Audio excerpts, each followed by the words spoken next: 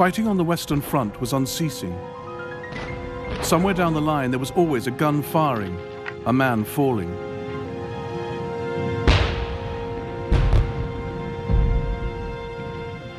But for the troops of both sides, life was not always unrelenting warfare.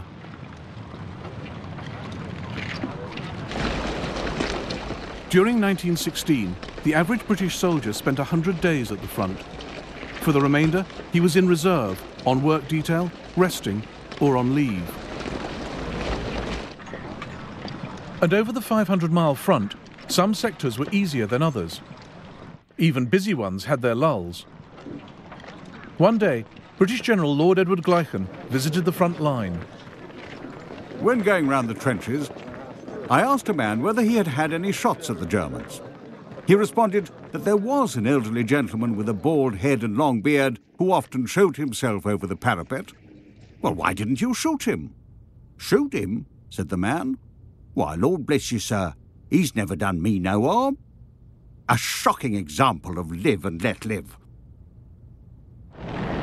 Live and let live was a pervasive phenomenon on both sides of accommodation with the enemy. It arose because in quiet times and in quiet lines, men were learning to adapt to war and to adapt war to them. We sometimes got out of the trench into the tall grass behind, which the sun had dried, and enjoyed a warm indolence with a book.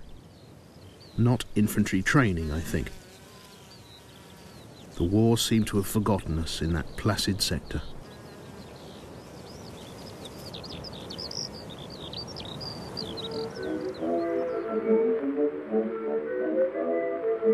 Quand les Gotha viennent sur Paris, je vais à la cave me mettre à l'abri. Je retrouve là, en pyjama, un tas de gens assis sur des pliants, le long du mur dans un angle obscur. Puis dernièrement un couple étonnant, de beaux vieux bourgeois, madame aux abois, criait, s'appelait toi. Tiens-moi contre toi, tiens-toi contre moi, tiens-moi bien, bien, bien, dis mon Adrien, écoute que j'ai peur, ça pue sur mon cœur, je vais mourir de frayeur. I'm with officers and sergeants who are great fun. There's lots of schnapps and wine, and every day we get so drunk we forget whether we're at war or in Civvy Street.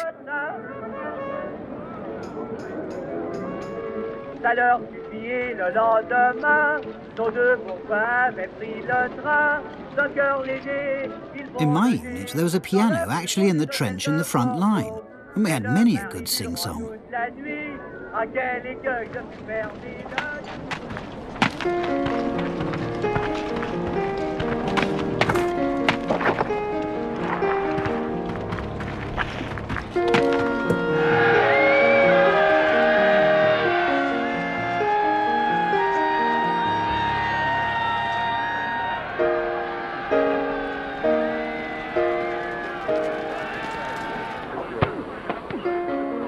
I feel great.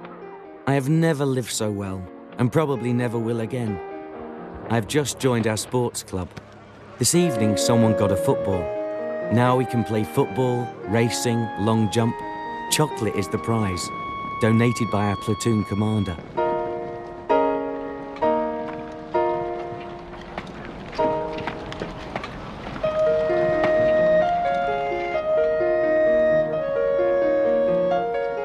Life in this sector is gloriously lazy. Weather is perfect, the enemy most peaceful. And there's little to do but lie on one's back and smoke, or write imaginative letters back home. It would be child's play to shell the road behind the enemy's trenches, crowded as it was with ration wagons and water carts, into a blood-stained wilderness. But on the whole, there is silence, after all. If you prevent your enemy from getting his rations, his remedy is simple. He will prevent you from drawing yours.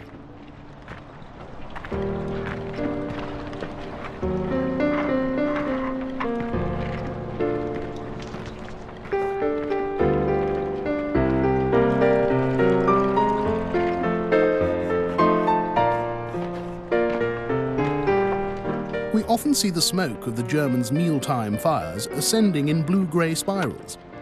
It is only common courtesy not to interrupt each other's meals with intermittent missiles of hate.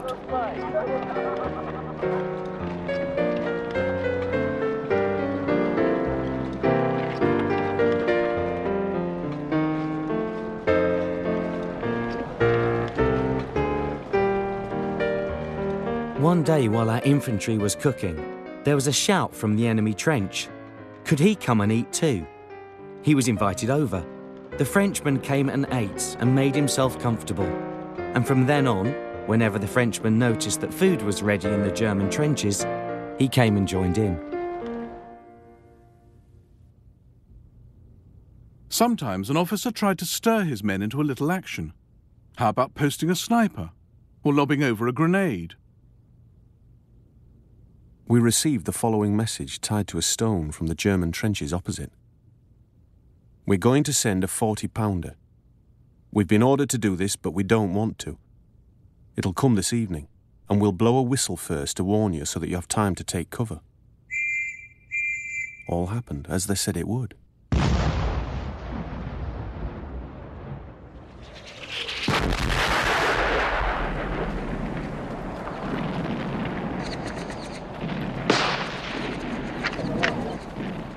The sniper is a very necessary person.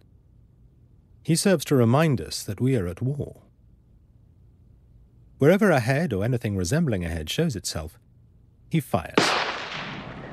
Were it not for his enthusiasm, both sides would be sitting upon their respective parapets, regarding each other with frank curiosity. And that would never do. British Directive, March 1916. With trench warfare, there is an insidious tendency to lapse into a passive and lethargic attitude, against which officers of all ranks have to be on their guard, and the fostering of the offensive spirit calls for incessant attention.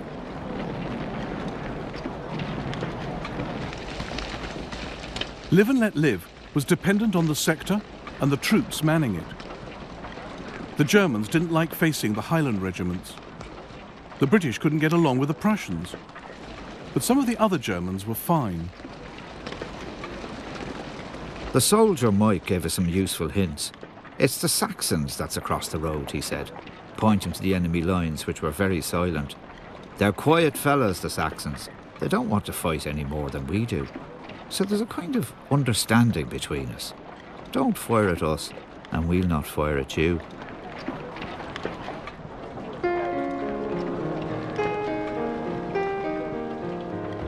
Live and Let Live did not occur where elite regiments were operating. They had their own ideas about getting at the enemy. Rare footage of a daylight raid by South African troops. The idea was to dominate no man's land. To say to the enemy, it's not no man's land, it's ours.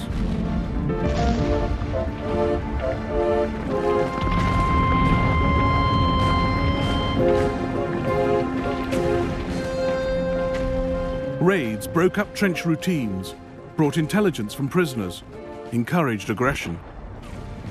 This, British High Command thought, was the cure for Live and Let Live.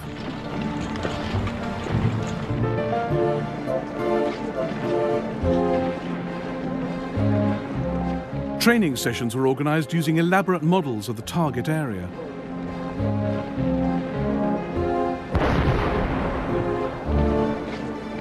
Raiding became compulsory for all regiments, and laggards were rooted out.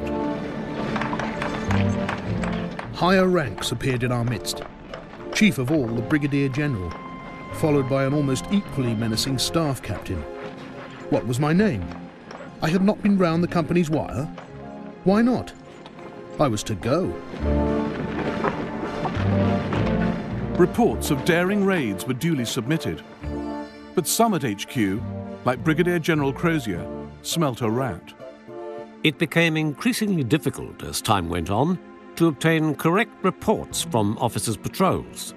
It was my habit to order samples of German wire to be cut and brought back. Thus one would know that the German line had been visited. At least one squad of reluctant raiders had an answer to that. They found a large coil of German barbed wire in no man's land and just snipped bits off, sending them in with bogus reports. That went on every night. And the old man never knew we had a coil of jerry wire on our side.